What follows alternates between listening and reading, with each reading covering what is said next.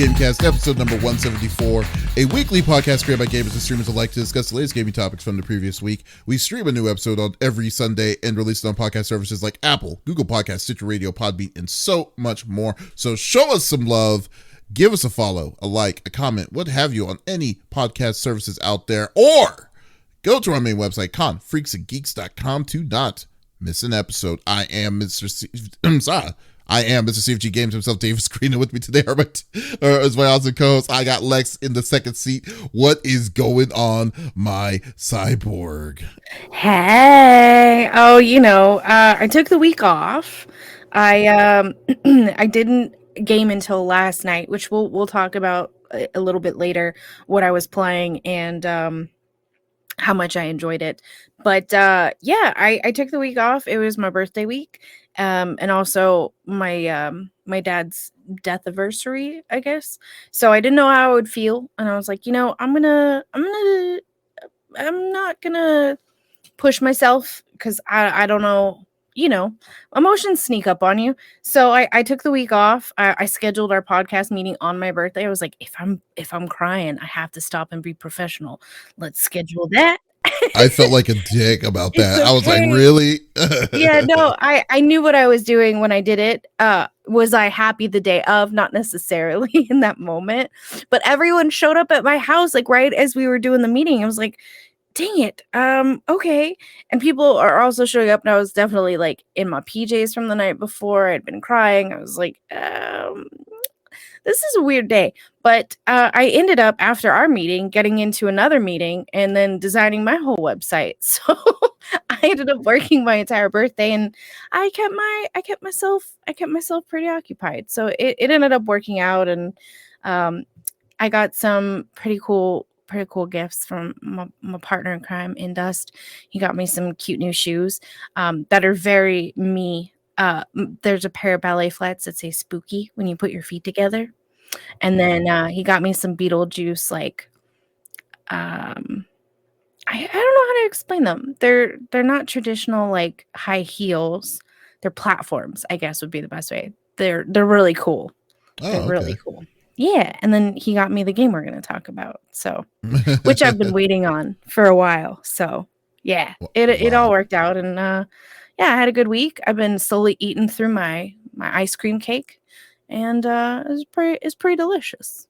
It's a little late night treat.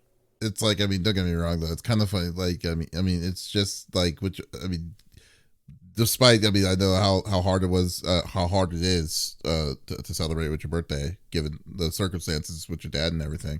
But like overall, it's kind of like during that birthday week, once you hit 30, it's kind of like, it's kind of mute, isn't it? Yeah, no, I agree. And people are like, I'm sorry, I didn't know. I'm like, I didn't want to celebrate it because I didn't know how I just didn't know. I definitely think after 30, birthdays are kind of like, meh, whatever.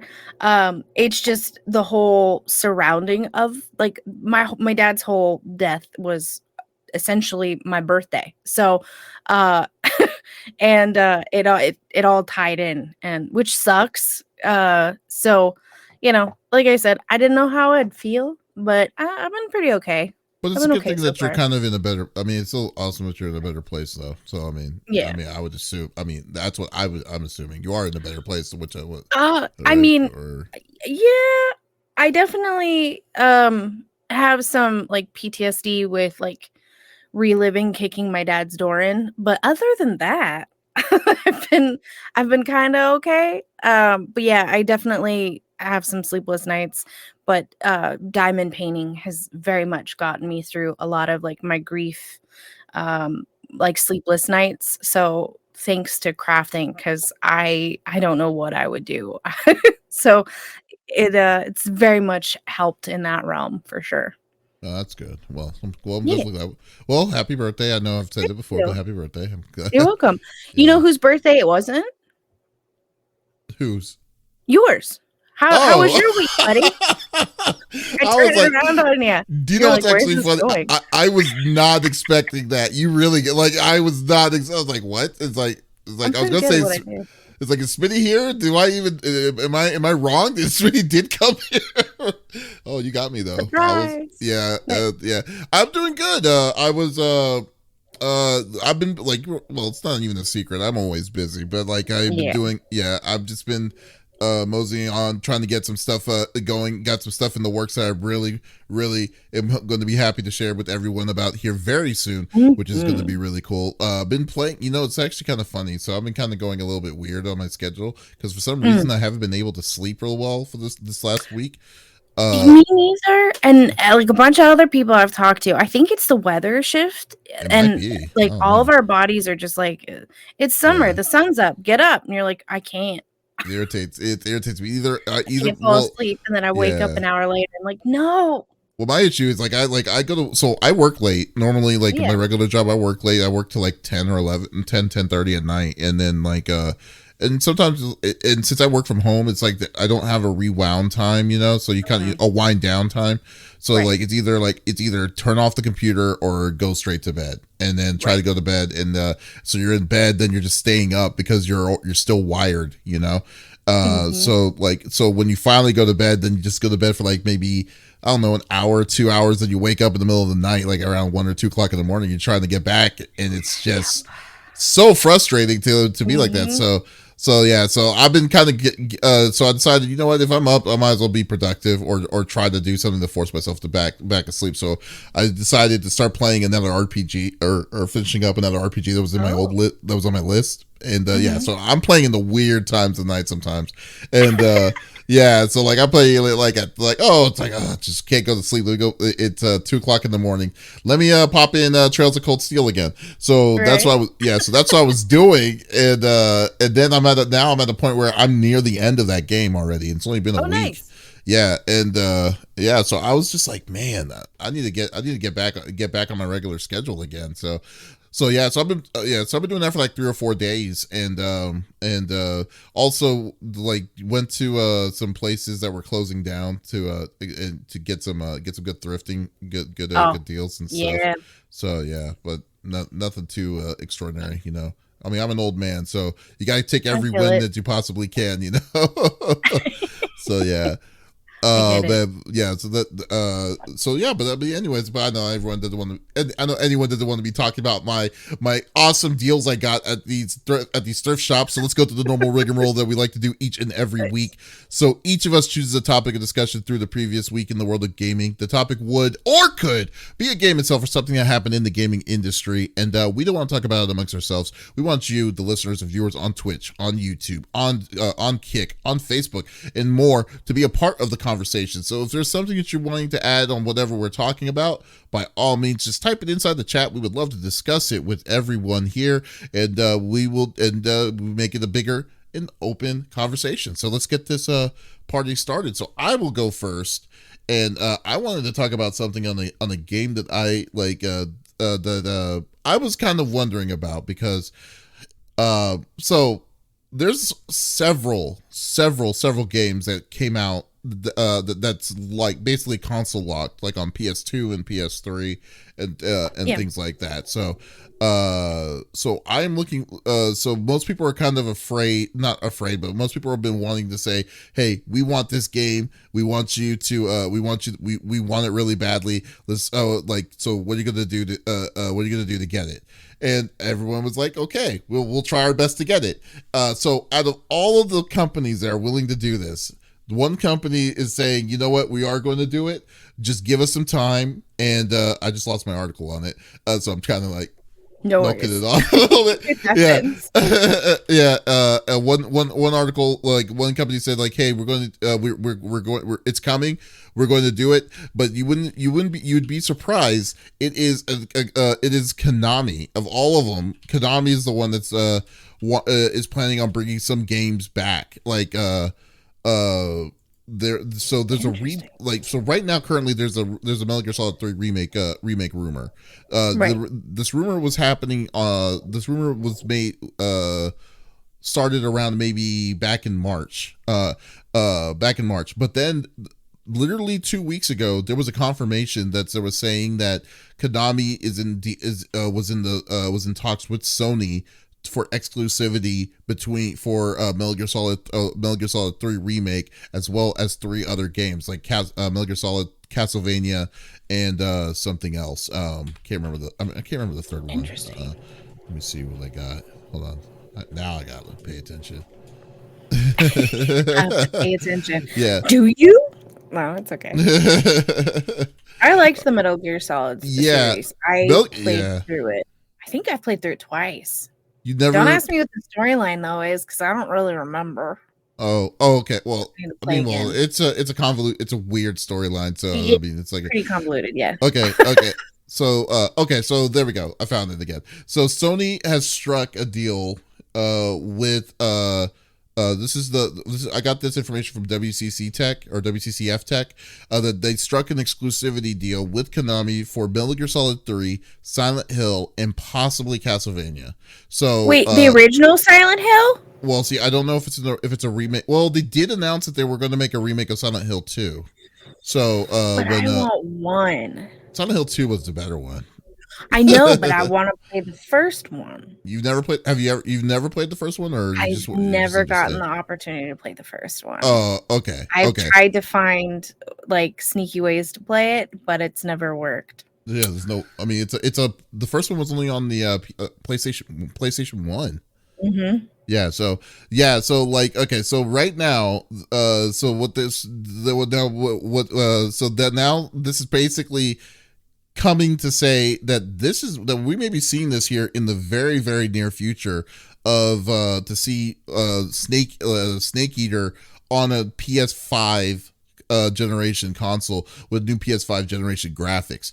If they see, I'm just worried about this because I'm kind of on the fence of being really hyped about it, because if it was any other developer, I would kind of understand more about it. But Konami shut down their gaming division a long time ago. Essentially, well, their console gaming division at least, but they've been doing mobile gaming and stuff like that for a good bit. Now it feels like Konami's is kind of dipping their toes back into it slowly with these weird acquisitions, and I feel like, are they really going to put money in on a full-fledged remake, or is this just going to be a remaster? Because if it and the second thing I'm kind of wondering too, is that, see, Metal Gear Solid Snake Eater had really good graphics even for its time. Because even the remasters that came out on the PS3 or PS4, I believe, were very good. They're clean. They need to have a remake of. I wish I don't know if there's maybe some red tape because Nintendo did it, but if they can do a remake of the original Metal Gear Solid, from it, but I mean, that's just me being greedy, but I feel it. Yeah. But I'm like, when I heard that, I was like, okay, so Konami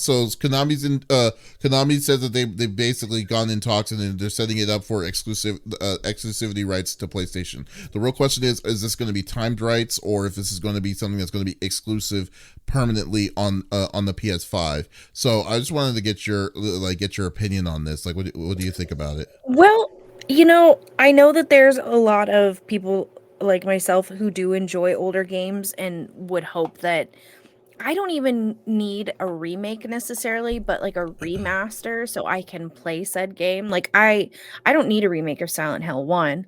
I just want the ability to play it, and a remaster would be perfect for that. So I guess, I have several thoughts. So I don't know if a remake would be beneficial for them in the long run to get back into the gaming game necessarily. Like, I know like their whole division was shut down. So for them to then open it back up, it makes me wonder, are they going to put it all on the line and do a remake? Or is it just going to be remasters? Because I feel like the safe bet would be for them to just do remasters. Because again, like Snake Eater looked great. I played it on the PlayStation 4, and it looked fantastic. It didn't feel like I was playing a game from the 90s. It didn't feel old. it just feels like a different style. And that's what I like about Konami. So I'm interested as far as where that goes. Again, if it's remasters or if it's remakes, because those are two very separate things. Remasters are a lot easier than remakes because they have to then make it to what we have now as far as technology. And we've all been disappointed as of late with a lot of the games that have been coming out. So I don't want to get all my eggs in one basket and get really excited and then I get destroyed. But yeah, I'm curious, and like you said, is it timed? So is it just going to be on the PlayStation for 6 months and then we can get it on PC, or is it just exclusive to Sony? And I don't really you care said it about doesn't. yeah, well, I mean, like, I don't like. I mean, time exclusives. It sucks to have, but at the same time, I like you. The reality of it is that I don't think that it's going to. I think time exclusives it would hurt a console rather than on a PC, because it seems Yeah. like more things nowadays are going naturally going to go to PC anyways. That I think it's Yep. just going to be like, oh, you can, if you want to play it on console, you can play it first on console first here. Right. But overall though, like, Konami's one of those brands that even though that they've been out of the game for a long period of time, they have money. I mean, Konami is huge. Yeah. So I think that overall, that like, if they want to make a remake of it, then I think they don't want to make a new game. That's fine with me, because like, dude, their library is better. They have a huge library of different series of things. I mean, Castlevania, Metal Gear Solid, Silent Hill. If Silent Hill comes back with a remake, can you imagine making like the good Silent Hills as a remake? Because I mean, Silent Hill 1 is a game that came out back in like the PlayStation 1 era. It's definitely in due time for a remake, for people to care about it. Because if they just released it, especially if you're trying to check for new generations of people that's wanting to try out a genre, like a horror genre that scared the hell out of me when I was growing up, then yeah, they should do it. But I guess it's just like, I just want to know how much are they, the thing that scares me is how serious is Konami if they are bringing something like this back, if they're wanting to get their feet in the water in the gaming genre again, because they burned that bridge pretty badly back when they were leaving. So I don't know. Yeah, that's where my thoughts lie too. I think, and you said Silent Hill is definitely on the list. If they're gonna do, regardless if it's a remake or a remaster, if they're doing Silent Hill 1, though, please do a remake. Don't do a remaster. It would be smart for them to do a remake, because then they can come out with Silent Hill 2 and they can have that on their books as this is coming out, and we have a set plan and to get people back into this series. I think if they just do, again, I would be satisfied with either, but please make it a remake. Please make it a remake. You see, the thing, like, remasters are annoying because I might get knocked for this, but I seriously think this, but I truly have always thought this, and then but I kind of don't care what people think about it. But this is the way I look at it. Here's my opinion, but I don't care. Yeah. Well, I'm just saying, it's like, I think that it's that nostalgia, like genre, like backwards compatibility, all that stuff, very, very overrated. I concur.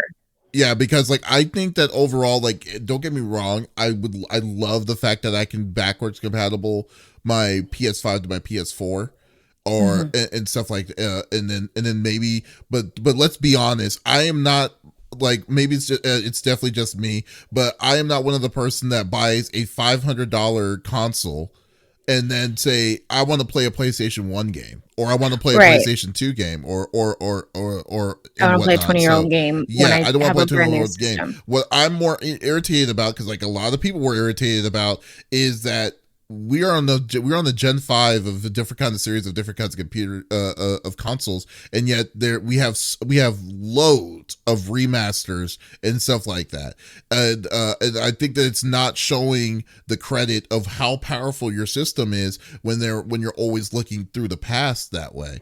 Right. No, I agree. So I think that overall, I think what they Unless should it's do, Silent Hill. Unless it's Silent Hill. Yeah, I just think that what they should do, like if they're not planning on making any new, if they're not planning on making any new IPs, but then they're Yeah. wanting to bring back some other ones and they're wanting to port them to the newer gen consoles, That's but yet what they want to put a little bit of money on the ones they know they're going to get money from. Right. Then do the remaster or do the remake. I mean, like Right. I'm all game for that. Same. For the most part, so. Same. I would like to play Castlevania again. I haven't played it in a very long time. Yeah. Which version of Castlevania did you play? I have no clue. It was at my friend's house. I would go to her house. I wasn't allowed to have the scary games. So, and that was considered scary. So, no, my friend Julia in middle school. So we were in 7th, 8th grade range, and she had it because she had a bunch of different systems. She had a Nintendo, she had a Sega Genesis. I also had a Sega Genesis. But I wasn't allowed to play Mortal Kombat because it was again, quote unquote, scary. But she had a GameCube. She had a bunch of different systems, and so I played it at her house, but it wasn't on any of the ones I just listed. I don't know. It's probably It's gonna. been a long Well, time. like since you're younger than me, I'm assuming it's gonna be like a Metrovania like game, side scroller, a side scroller one. But because like, Oh yeah, no, that it was was gonna be very the much a 3D side ones. scroller.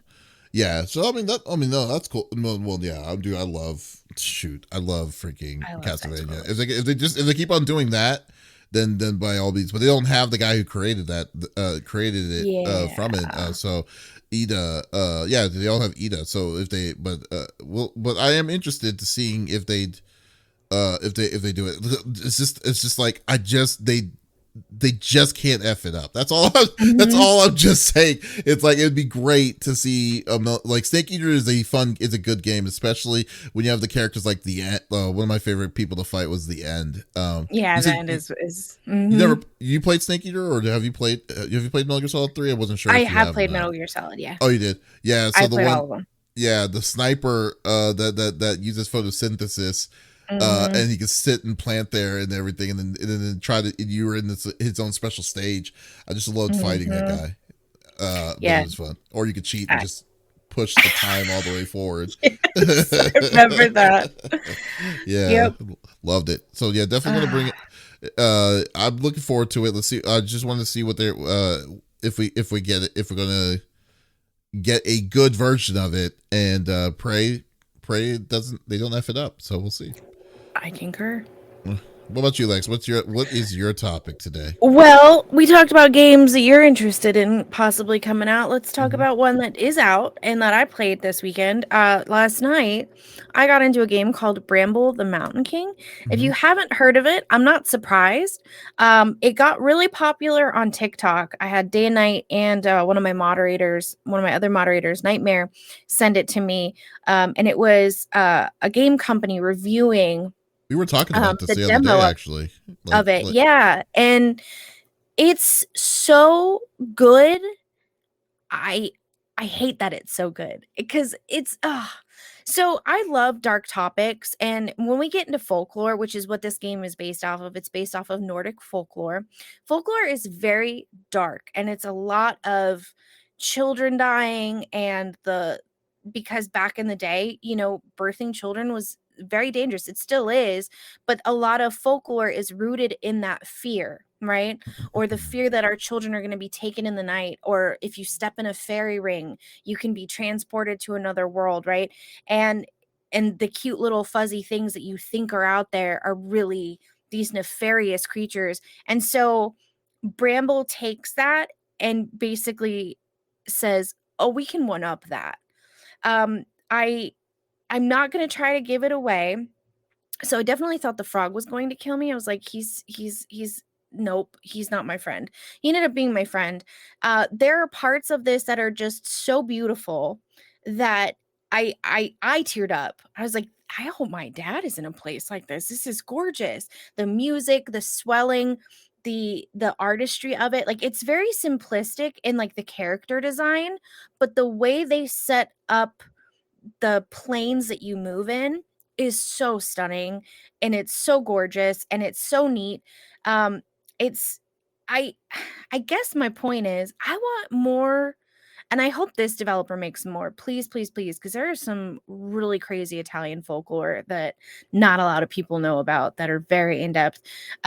This game is one of those, and pardon my French, where you basically have to say "fuck them kids" because you are murderlating, accidentally murderlating children left and right, whether they are human or not. And so it's very interesting, and people in chat were just like flabbergasted. They're like, oh, they did that. I'm like, oh, they did that. And I've seen videos of other streamers playing this and like crying when some of these events happen because of how in depth they are, and I can understand that. For me, it's an uncomfortable laugh on my end. It was the scenery that got me choked up, but I want more games like this. I know they are deep and they are very dark rooted in the folklore, and I want companies who aren't scared to put this content out in fear of any backlash, because again, these are very dark topics, but I like exploring those, and I'm an adult now and I like exploring those topics because those are stories that I've heard from when I was a child, right? About, the Pied Piper. There is a version in Nordic lore that you meet in the game about the Pied Piper who led children, and it's not a happy story, right? So I like those sequences, and you do get to read books in the game as if you are a child being read by your mother who is narrating these events for you and giving you a glimpse as to why you just experienced what you experienced and how that pertains to the game. It's very in depth. It was very well done. I'm going to be looking at this developer very Who's the far into the developer? future. The developer is I just had it. Electronic Where'd it Arts. go? Oh, Dim Light. I'm sorry, Dim Frost. Dim Frost is the developer. They only have this and another game called A Writer and His Daughter, which was published in 2017, but that game is no longer available. I'm not quite sure why, but this is their first really big game. Wait, And you I'll say be a writer and honest. his daughter? Uh-huh. That was their first game? Oh, I know. Uh-huh. I know the developer. Yeah, Dim Frost. That's So like a I've heard Swedish of that game. developer. I haven't played it. I heard that game's also very good. I really hope that this is an eye opener to other developers too. Like, this is how you do folklore games that have these really dark topics, and they did it. Oh, they just did it so well. I'm not even through the game and I can't stop thinking about it. It's just so beautifully wait, done. I do have a question Yeah, though. sure. So, are you saying that, like, I mean, what isn't captivating you to play? Is it just the story or because I mean, clearly it seems like the story is the thing that is what like what's the best thing that you're liking about this game that you're connecting to for you to like it so much? So we all got bedtime stories as kids, right? And so it starts out, you're basically in your bedroom. You go to get in bed with your little sister or your older sister who's supposed to be sleeping next to you, and she's gone. She's gone. You can see that she's climbed out the window. She's used some like sheets to get out the window, and she is gone. So now your mission is to go find her, right? Which Okay. from the get-go, I was like, this is fucking stupid. Don't do it. Don't do it. But of course I did it. I think it's that for me, it's like living out those stories that I got to experience being told from my dad. Because my dad didn't tell me the cute little, like, here's the Little Mermaid story. No, I got the Once on This Island version, which is one of the original versions of the Little Mermaid, so to speak. And there is no happy ending. People So, die at the end. are you liking the fact that it's real with you? They're not sugarcoating It's it. no, they are not sugarcoating anything. Like, I mean, I know. I'm it saying is. I'm saying that you yourself, you like Yeah. it because it doesn't sugarcoat. It's correct. It's Okay. very real. It's very it immerses you almost immediately. The second you leave that room, there's no more hesitation to go forward in the game. There a lot of times I worry too when I'm playing games, like, did I miss something? I'm checking with chat to see if they saw something that, like, maybe I passed and I missed. I don't feel any hesitation with this game. I'm like, I just want to keep pushing forward and see what terrifying thing is around the corner. It's very Little Nightmares, but actually scary. I'm so sorry, Little Nightmares. You guys aren't very scary. Little It's Nightmares is and it more of a kind of shot reminds kind of me. thing. Yeah, it also kind of reminds me of the game Inside. If you've never played Inside, it's very good. It feels like the creators of Inside created this with folklore. But it's very immersive. Like nothing feels like it was placed there and you're like, oh, I got to read another book. Oh, I have to do this. None of it feels like that. It's I want to do this. I want to know why this story is the way that it is. How did that pertain to the monster I just saw that I'm probably going to see again because I didn't beat him, right? And it's just the way they've done it is done so beautifully. They don't sugarcoat a single thing. And like Ravage was in chat last night. He was like, I might need a drink after that because it was Wow. very intense. And I've seen other streamers playing this game like crying during a certain section where maybe your little gnome friends don't make it out. And and I get it, but also I kind of went into it with the I know what folklore is. I've never been sugar-coated folklore. It's terrifying. Nobody gets happy endings. Let's go. And that's what I was looking for, and that's what they delivered in a beautifully wrapped present. It just everything, and I hope other developers look at this as an example. This is how you do folklore. This is how you do horror. This is how you dip people's toes in, because when it's too terrifying, you're like, I might have to chill for a second and take a little break. It gives you that breath of fresh air. It's like, no, look at this surrounding and listen to this music and how gorgeous it is. And then all of a sudden your character starts going into this like mushroom trip kind of sequence. You're like, here we go again. And it's very down the rabbit hole, and it was just done so No, you're good. just like, yeah, just nonstop I on it. I'm can't. just I like, can't. I'm just trying to figure it out. Like, if when you're saying that it's like a grim fairy, I mean, it's essentially a grim fairy tale, so they're not Mhm. sugarcoating Right. I would say the folklore less itself. sugar-coated than But grim. yeah, but I would say the thing that's kind of getting me is at the level of I'm not like from what I'm seeing from because I have your playthrough going on going through here side to side. It's like I'm not seeing what is it that's Davis, making your it email's up, goofball. so creepy. Oh, my bad. Sorry. Oh, Yeah. oh, okay. I would slide through. Oh man. Yeah, go a little past this section and you'll see the trolls. So you have this beautiful experience with your sister after you leave your bedroom. So this is where things start to take the creepy turn. Um Here's where things start to really take the oh, this isn't even grim fairy tale. This is I'm not making it home fairy tale. Um it it from here from this sequence on, it is terrifying. Um I don't even want to list the bosses names Well, because yeah, then it don't gives list it the away. boss. But But okay, but yeah, because like okay, see now I'm seeing what a little bit of, Mhm. like because this part seems more kind of like a little bit of like the little nightmare scenario because you're Correct. with it. But I'm just like I guess I'm not seeing the I mean I definitely see the appeal. The don't get me Mhm. wrong, the appeal of it looks really really good.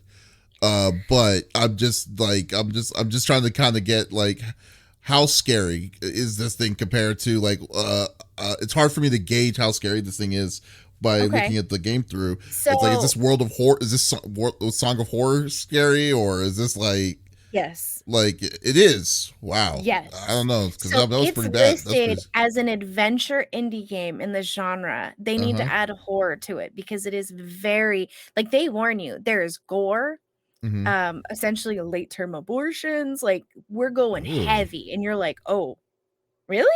And then you're like, "Oh, those are real late term abortions." Like, "Oh no."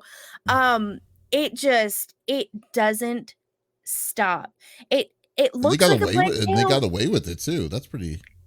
But it's folklore, like, these are stories that like, people have heard for generations about women who, had pregnancies because they were unwanted because of, Mm-hmm. SA, and then they take them to the Swamp Queen, basically, they're drowning their children, and it's told in this fairy tale kind of way, but they're not sugarcoating it, they're like, "No, no, no, these women, Yeah, bad things happen to them. They don't want these babies. They're gonna drown them. You're welcome. Well, You're like, I'm just gonna oh, say this. I will say okay. this though. It's just like if this is it's so basic, but the core story is you are trying to rescue your sister Yes, or trying to find your sister. essentially. You're Man, trying to so find her. She was taken by a troll, but where that leads is a whole labyrinth. Mhm. Because I mean that's essentially what I'm kind Uh-huh. of Kinda, labyrinth. yeah. So it is, and if you guys are like labyrinthine, no, the labyrinth with David Bowie. It's kind of like that, but she's older, so you're out on your own, terrified. And I have to say, the sound engineering for this game is phenomenal. If while you're platforming, you fall into the water, he cannot swim. Hmm. The sounds are very realistic. I think that's what also makes it terrifying. Like there's a whole section where like you hear a baby in distress, and I can't speak for all women, but a part of you hearing that for X amount of time, you're like, I need to get to that child to stop it from feeling this way, because it sounds very real, and it sounds like they got recordings of a child in distress, and you feel compelled to go and further investigate so that you can help, and it just keeps going down the rabbit hole, and you're like, wow, like this, everything from the sound of your character drowning to being chopped in half, all of Man, the sound engineering is beautifully done. you It know, this sounds makes this incredibly morbid. it is, it's I very don't morbid, know. but I think that's why I like it. Oh, and You yeah, Lex tearing up at seeing a beautiful field of deer with the music, like everything they did was done with such good intention. I guess that's okay? my point. So what Dust is saying, because I know what Dust was saying, looks like a plague tale. Mhm. Then that okay? Now I can kind of see, and I'm seeing the first. I don't know if it's the first boss you're fighting, but the boss that's on the screen. Yes, But that's the first boss. yeah, but yeah, that is kind of giving me a better visual of like what this is, like how this Mhm. is. So that's cool. And then yeah, she says, and he also says you would like the Plague's Tale, and I would have to agree, you would like a Plague's Tale, I I think think. I would too. I've Hmm. seen I've seen bits and pieces of it. But yeah, They I think just did an update on it too to make it oh, did they? to make it yeah to increase its performance, so it may be even Oh, better now. So, but interesting. yeah, sorry, But yeah, veered I off. guess I guess my point for showing you this terrifying, disturbing game is I think this is Hmm. a really good way to show, like, especially with indie developers, like, don't be afraid if you have an out of box idea. I think a lot of people are like, oh, a folklore game. Okay, cool. Like, it'll be a little like Nightmare Before Christmas spooky. No, this is, I might have nightmares after spooky. And it's not even that the creatures themselves are like super terrifying. It's the way that they did the audio engineering with it, with the sound. Because a lot of horror games, and if you've played them, you know, you're playing and all of a sudden the sound starts swelling. You're like, what? What's happening? What's happening? And you're panicking and you're doing circles. Nothing is actually happening. Everything is done with intention, from the music to, and every time you think, I don't know if I can go deeper and darker. It's like, it's okay. Take a breath. Here's a cookie. Hmm. Enjoy. Look at these deer. Look at the cute little froggies. And here we go. Back into it. And it knows when to pull you out and then suck you back in every time. And even during those parts, I didn't feel like, okay, I'm kind of over this. Like, oh, this is too deep and dark. I wanted more. The entire time I kept wanting more. And it's so good. It's just so Okay. good. Please, Well, I need more games like this. I think we can unanimously agree that this game is better than Redfall. Because I think Yes. that's actually kind of remember what this game was. Because I remember this was like one person, I don't remember who last week was Yep. saying that it was like, oh yeah, like this game was is worth it, and it was half the It's $30. price. Yeah, It is half the price $30. is ridiculous. It I've looked, I didn't want to look, but it says 4 to 5 hours of gameplay. If you die as much as I do, I don't think that's the case. Wait, the game um is only 4 or 5 hours long. that's what I've seen, but I've also seen someone else say they got 10 hours of play. But Wow. for $30, I'm getting 5 hours. I paid 70 for the village and got less than 10. So, and I think this one is done better than the village. You played Resident Evil? I did. That was my first Resident Evil game that I played by myself. I've helped friends who were playing, like I've gone over and hung out and they were playing. And they're like, "Oh, I have to go to the bathroom. You want to play?" I'm like, "Sure." But that was my first Resident Evil game. This Oh, to I didn't know me, not just the subject matter, but because these are, again, these are stories that, for generations have been told. And as we've gotten further along in those generations, they've been sugar coated, right? Oh, well, we can't say that. We can't do that anymore. This doesn't offend anyone. This doesn't, as far as offensive I don't nature know about goes, that. right? I mean, I no, I know what you're saying. I definitely do. like But it's not purposefully like coming yeah, out and saying, maybe "Oh, it's that just like a, offends you? Let me yeah, shove it in your face," right? yeah, It's just like yeah, exactly. But like, I this just has think, roots. I think if anything, any company that would be willing to be able to kind of hit that bar, I think an indie developer would be the one, because like that's Oh the no, one that, for sure. yeah, because they're the ones that don't have anything to lose, and 9 times out of 10, when there's usually something.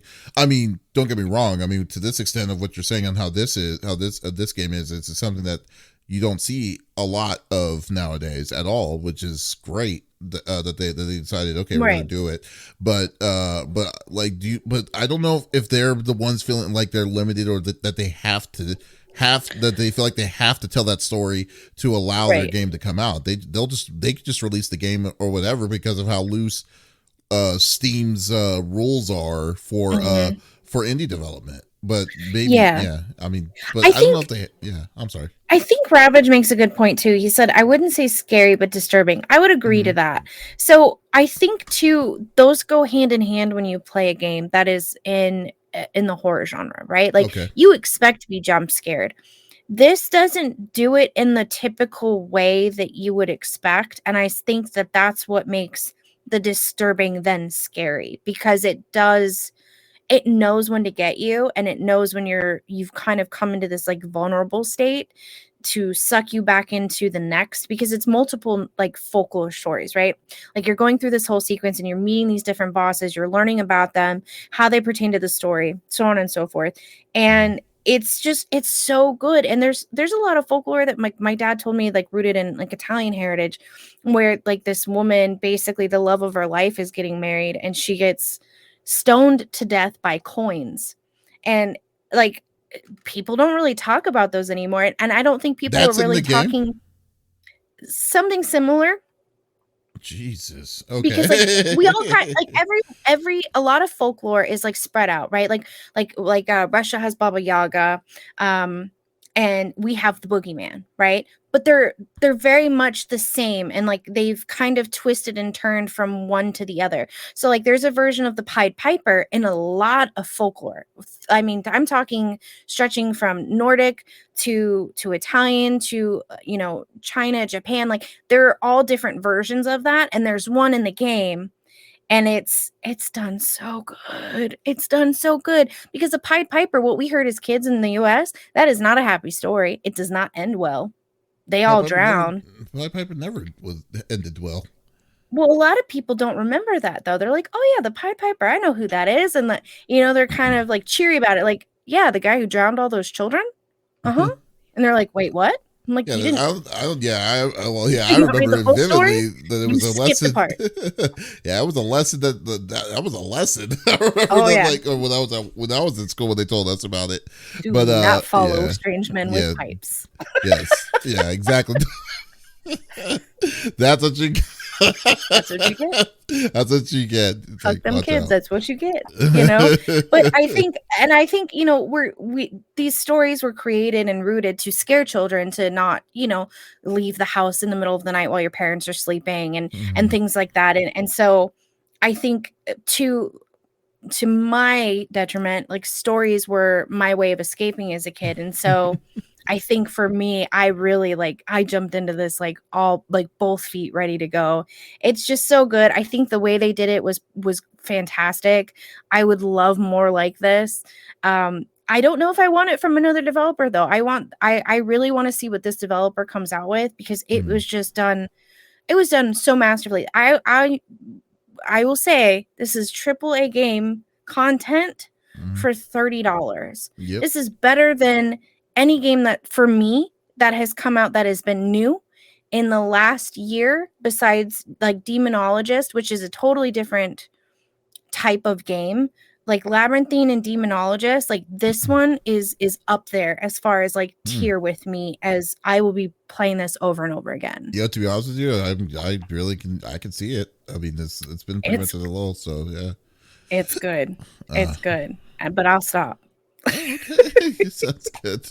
Oh, but I did have a question though. Like, I was Yeah, wondering. sure. Well, not from this, but kind of segue out of it. But yeah, Sure. so we know it's good. We definitely know it's good. So I was talking to you a little bit about it,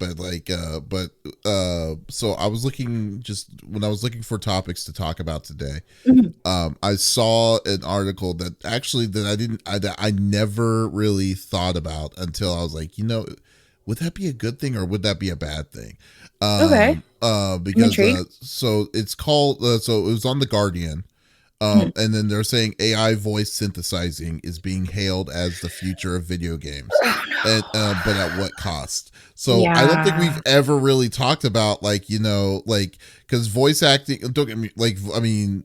We are always in fear of computers or technology replacing human They jobs took and our stuff. jobs. Yeah, Yeah. situations, and but now we're at a level where computer like AI is now going to be able to do like things that you never would have thought that they would take over. Like I mean, like right now there's an active writer strike, and AI is a little bit of the reason of it, of like so they can secure their Right. positions or as writers, is a little bit of it, and amongst money and everything else. But then there's also, but I didn't even think about AI voice synthesizing because like there's something I don't know if you know about this, but you know James Earl Jones, right? Yes. Yes. Yes. Okay, Yes. so James Earl Jones gave them the okay to synthesize his voice in AI. That and once he dies, Mhm. he gave him the permission to use his likeliness in an AI voice for any Right. future roles, like if they ever need to do Darth Vader or something in the future and Correct. stuff like that. So I'm just thinking to myself, my goodness, dude, like how much of a gray area are we going to be working with AI Yeah. voice synthesizing in gaming too? Right. Because it's not just in our daily TV shows, movies, stuff like that. Because I know Bruce Willis, there was something that had come out, I want to say last year, the year before, when Mm-hmm. AI was like really at the headline of the topic. Mm-hmm. Um, Bruce Willis had sold his likeness He as did. well. Yes, but he also has is it Alzheimer's or dementia? It's a He's form having of a dementia. Yeah, he's having a lot of trouble, and I think He can't that's talk his as much anymore. Yeah. right. That's his way of kind of living on. And there I have seen horrible ways this get used. I mean, there have been news stories of parents getting calls and it sounds like their children have been kidnapped, etc. Um But I'm talking and then about I at a level of gaming, right, though. right. Yeah. Well, but I mean that's how spot on it is. Like these parents thought it was their children. So I think here's my questions. I worry about like one, do we now have to get like a copyright on our own voices? Like I like that people are, like James Earl Jones, the people who are saying, "Yes, absolutely, use my likeness for AI, for voice, for CGI things like that." But then there's the okay, but who's going to step over that line, not get permission and use somebody's content to then make their own content?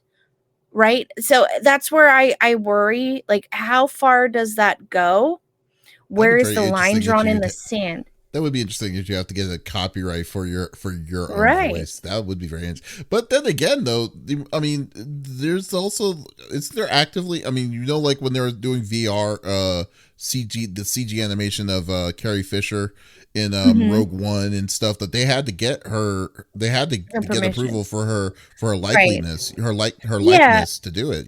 I think for instance, like if the person has passed, like let's say you're a game developer and you really want like Davis has passed, okay? Hypothetical.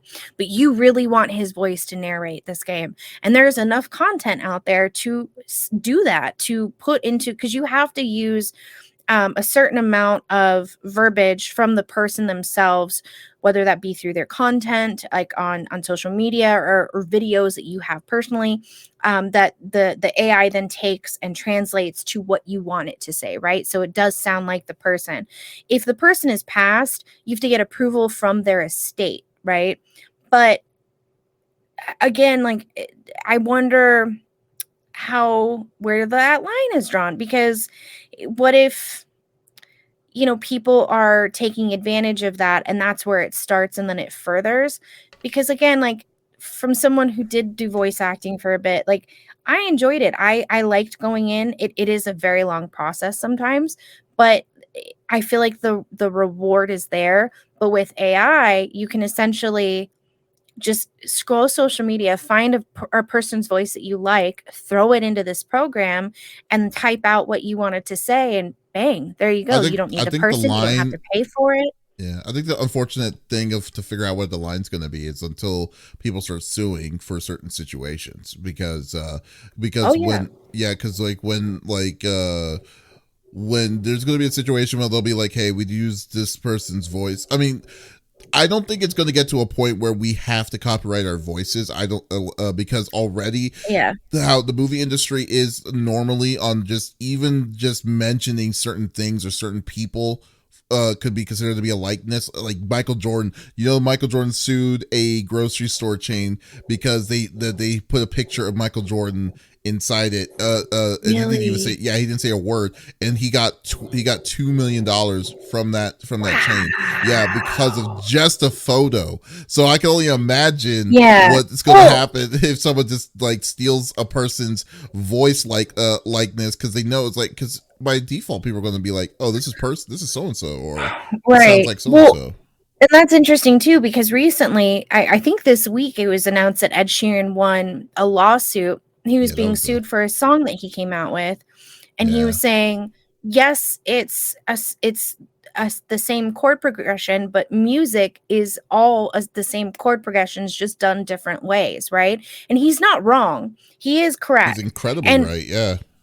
and so if you think about it in that aspect, our voices are just voice boxes or vocal cords that vibrate and shake. Does that then turn into the same scenario at some point? Is where my curiosity lies. You know what I Because think? everyone has vocal cords, right? Yeah, but like, yeah, everyone's. We all have vocal, Yeah, we you're all right. do chord You're right. progressions. Like, Yeah, yeah. Like, I mean, but then again, I though, think there's a gray area. let's say this. What's his name? The voice of Goofy, right? Was it Bill? Who's it? Bill Farmer, I believe. I believe so. Yeah. So Bill Farmer passes away, right?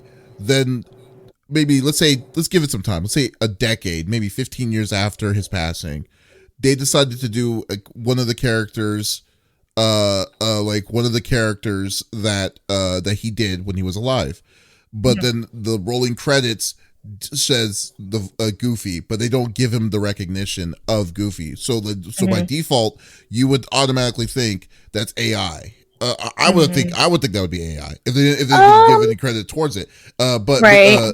Yeah, I'm just saying in this In scenario, this in this specific context. Yeah, scenario, yeah. yeah. So in that case, because you know that Bill Farmer is known to play that character as Goofy, and stuff, they didn't give him the rolling credit as Goofy himself. Would that, I mean, but he is known to voice that character. Right. Would that be a case? That would, I mean, I think I that would think be that an would be a issue. case. That would be a Oh, giant absolutely. issue, right? Well, and especially like, because my first thought wouldn't be, oh, it's AI. My first thought would be, oh, it's another voice actor who can also do the voice of Goofy. But if they're not listed, then Yeah. yes, I do think it's AI. And then that person does deserve the credit because they did do the work. They did create that character. Mm-hmm. That is their voice to an extent. And if someone else, for instance, I used to do voice doubles for somebody, but because I was a voice doubler, I did not get credit for that. So I would go in, I would listen to their character. I could obviously do their voice as the character. I would do my voice double. I would get paid double because they're still getting credit, but they're sick or they're out of town or whatever the case is, right? I don't get credit for it. They still get legal credit for it, but it's in my contract that I'm aware of these facts, right? Mm-hmm. But again, if Mr. Farmer passes away, there's nobody else on that bill at the end of the credits, I am going to assume it's AI. And I think that would be a case, especially for someone of the estate for him could absolutely come out with a case and say, hey, that's my husband, my father, my brother, that's his voice. And you guys used AI to then make this movie and you did not give him credit, nor are we getting any sort of royalty from this. We need to sit down and have a little chitty chat, And I feel that that's what, and that's why, I mean, even in this case, I mean, maybe it's far-fetched to even say that they didn't get any credit, like they didn't give a reference to the credit of that voice specifically, or it may be they give the credit to an AI firm itself that did it, which would probably be the more reality of it. But like, I feel that that's where this is going to go. Like if it does get to that point where, like, would it get to a point where it'll be like, oh, hey, we weren't able to get like Troy Baker, so we got the AI version of Troy Baker, and we made him say whatever the heck it is. And this is like maybe years along the lines that Troy Baker either retired or whatever, doesn't do any of this anymore. Like, that they're going to ask for absolutely. money. It's going to ask for money regardless, because they'll be like, okay, yeah. There have been times where I'm listening to something and I've had to stop and like think back through my little catalog of like things I did voiceovers on. I'm like, is that me? And I've had to go back and watch again and then roll the credits and see who played the character. And then I've gone down a rabbit hole of, wait, they sound like me. Hold on. And then I go and listen to them just normal talking and then doing their other roles. I'm like, oh snap, I got a double. So I think, and I don't know if you remember this, when they made the Tigger movie, the man who did the voice of Tigger had just passed away. And so they had another person come in and voice Tigger. And I remember there was a little bit of an uproar about that. Like, people were upset that they went forward with it when this person who was doing the voice of Tigger, I believe he had signed on to do it and then suddenly passed. And they were, already pretty much done with the animation. They just needed the voices to come in. And that's usually how it goes. And there were some people that were upset about it. It's like, no, this is this man's legacy. Like, he knew he was going to be a part of this project. He wanted this to come forward. This was going to be a thing that he was going to be a part of. I don't think now that he has passed that has changed, right? I don't. And if that's the case, then a lot of our contracts are going to get changed here in the near future, whether you're a voice actor or what, because, you want to make sure that your likeness is not stolen out from under you. But I think now that might be an issue too, where you really have to look through your contract to say, hey, I played this character and you guys are going to go forward with this other thing. And I'm not a part of that, but I signed a contract for this one thing, but it says in tiny writing, you can use my likeness of my voice through AI to then create something else without me. Yeah, I mean, I think that's gonna also come into play for sure with contracts. I think it's a picture of Michael Jordan. That's hysterical. Isn't that crazy? Yeah. Well, I mean, I need more money to gamble. I saw a picture of myself. Let's sue. That's exactly what they did. Like, dude, well, Michael Jordan has been like money oriented since day for a long time. Since day one, so, and I mean, and that makes him totally. I mean, not saying he doesn't. He does. He definitely nothing deserves wrong with it. Definitely deserves every penny of it. But still, it's like the guy was really really thinking about the future, ever since the beginning of his career. So it's smart, man. So because he knew his name is a brand. I mean, so right. So just his likeness. So I loved. But yeah, when I saw that article, I was like, that can't be real. And he's like, oh no, it's real. It is completely real. I think too, for a lot of the voices that we know and love, for when I go to watch Animal Planet and I'm watching a documentary, I know the voice I expect to hear. If he passes away, I hope that, cross my fingers, that he does do hey, you're able to use my likeness. You just have to give royalties to my estate, whoever that may be, for the future. Because I think a lot of these voices that we grow up on, we take them for granted. And then when they're gone, you can hear the differences in them when another voice actor comes in. Especially when it's the preview guy, the movie, it's in a world, that kind of world, right. And if it turned around, in a world, yeah, you're a there's a plague and everybody dies. It's very it would be very jarring. And I think, I think it's going to be written into contracts. I think people just need to be a little smarter. Like, if you're in that industry, just please be smart. Make sure you have your lawyers, your dot your I's, cross your T's, just make sure you're covering your butt. And I think we'll be okay. I think people always blow things further out of proportion than they're actually going to be. We're I think always it's just worried. new technology. I think that's what it is. Like, I just think that this is like new, unforeseen territory, because it's kind of like when you see these weird transitions, like, between the VCR to DVD and then stuff like that. For sure. And then it's like, oh, this is just a fad. This is just a fad that don't let it go to you.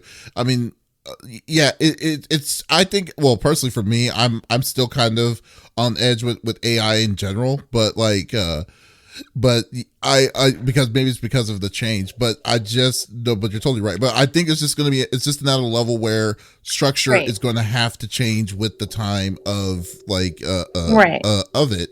So and that once we kind of catch on, and once we accept that, then it's not then we shouldn't feel threatened about AI specifically, to do it, but rather to be like, okay, this is the lowdown. This is what it is. It isn't right.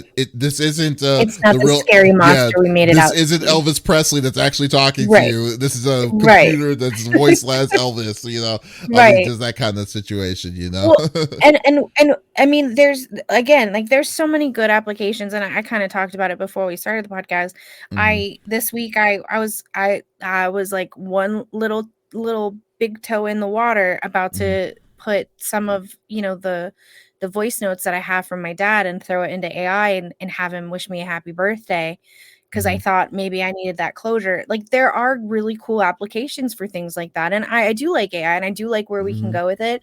I think people just make monsters out of shadows before they really sit down and think about, okay, as long as I protect my butt here on this contract, like, we're good, because people will be suing each other left and right if they're not, Big time. I think, we obviously have issues with, AI for like streamers, and they're stealing their likeness and creating like OnlyFans and things like that. And now with the AI technology, they can throw their voice in, because we post our voice on social media. That's what we do. And so, yes, there is an issue with that. 100%. Before we close this on this, I will say this, because Ravage did say something. He says, as an artist, AI can be useful. Can be a useful tool, if even for reference images for weird ass things. And it is. But I think, I guess the problem is how threatening. I mean, how strong AI, how powerful AI really is. Because do you remember the artist, the author that decided to write a book, but didn't hire an artist to do the art? So instead he used AI to do the art of his book. Do you know how much flack? And you know what's weird? The guy released it. He didn't think it was a big deal, but it was a big deal because of the artist community. Was like they were upset about it. Were upset about it, and because of it, it was like they ridiculed him about it. And I but was technically, the way I feel about that scenario is like, if okay, you have Photoshop and I don't, and we both draw a picture with the same keywords, right? Yours is probably going to look better than mine. And I think AI is just a tool to further things. And I think people need to stop thinking of it as a scary monster in the dark. It's just a shadow. It's okay. It can be a very useful tool. Like, I've seen the stuff that Ravage has done with the AI, and it's phenomenal. And I think it can just further the artist community in that aspect by giving them ideas that maybe they wouldn't have had otherwise. You know what I mean? This is also but overall, art is completely subjective, and whatever you find looking over. But at the same time, though, this is exactly the same kind of situation that happened with Hogwarts Legacy. Like, it's just that people as a group is classifying you're a bad person because you're doing this. You're doing it in this way, and I think that's how they look at AI in certain aspects, is because they feel threatened about it losing taking replacing them over what they naturally do, which I don't think it's ever going to be the case about art I don't think so either, or writing and stuff like that, because like so that's where it comes. And then I was like thinking about an opposite thing, like look at the good side of this, like the way I look at it with AI for even for gaming. If a person dies halfway, like heaven forbid dies halfway, instead of finding someone that sounds similar to it, I guess it would be great if they could give them the options. Tapes. Yeah, you have the backup tapes, you have the information, you have all that stuff, and then you can, because and you're going to pay anyways for the for this anyways. What it is, like, who's to say? Like, I think that would be a really good situation, a good backup situation, to do it. Like, it's amazing what AI can do, and I think that, like, I just think that let's just give AI a chance. So that's all I'm saying. I agree. I think yeah. People are making it out to be a scary monster. Like, you know, like there's genocide and Nazis, and then there's AI. They are not the same. You know, like let's take a step back and look at this logically here. Let's spock it up for a second. You know, they're not the same beasts. Yeah, folks. Thank you for listening to episode number 174 of the CFG Game Cast. You know, I had to think about it real there for a minute. Thank you for being a part of the conversation, and we will be back again next Sunday with Smitty. Except I won't be here. Oh, you won't be here? Oh, okay. Yeah, I'm going on vacay. I was going to remind you after this. Oh, okay, cool. Well, there you go. So I guess it's just me and Smitty, and hopefully a third. Who knows? But if you do miss this episode, if you do miss the live episode, that is perfectly okay. We release it on all podcast services the next day on Monday every morning, so you can check it out on all podcast services like Apple, Google Podcast, Stitcher Radio, and so on and so forth. But there's absolutely no reason to miss out on our sexy voices. You heard the man. Guys, thank you so much. And also be sure to check out our main website, confreaksandgeeks.com, to check out all the awesome reviews and stuff that we've done. We just released our review of Star Wars Jedi Survivor. So definitely, it was a really, really fun one. So definitely check it out. So guys, once again, this is Davis and Lex signing off. Y'all, take it easy.